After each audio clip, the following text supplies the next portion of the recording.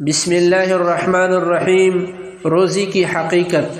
شریعت کی نظر میں صبح صادق سے لے کر سورج غروب ہونے تک عبادت کی نیت سے کھانے پینے اور جنسی خواہش پوری کرنے سے بچنے کو روزہ کہتے ہیں۔ روزے کی اقسام۔ حکم اور درجے کے اعتبار سے روزے کی متعدد اقسام ہیں۔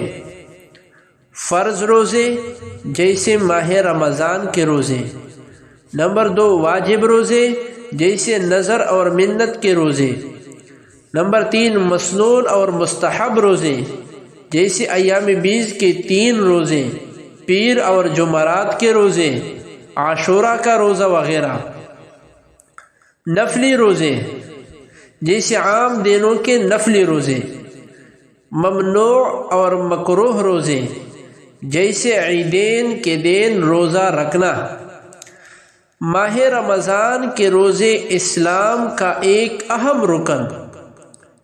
دین اسلام میں ماہ رمضان کے روزے فرض قرار دیے گئے ہیں، بلکہ انہیں اسلام کے ارکان اور فرائض میں سے ایک اہم رکن اور فرض کی حیثیت دی گئی ہے، جس سے ان کی اہمیت کا بخوبی اندازہ لگایا جا سکتا ہے۔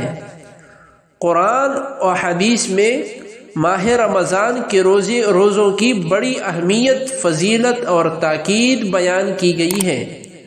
یہ روزے ماہ رمضان المبارک کی عبادات میں سے ایک نمایاں اور اہم ترین مقام رکھتے ہیں، اس لیے ان روزوں کا اہتمام اللہ تعالیٰ کی رضا حاصل کرنے کا بہت بڑا ذریعہ ہے۔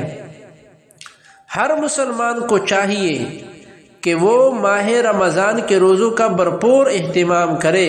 ویڈیو کو لائک اور شیئر ضرور کریں۔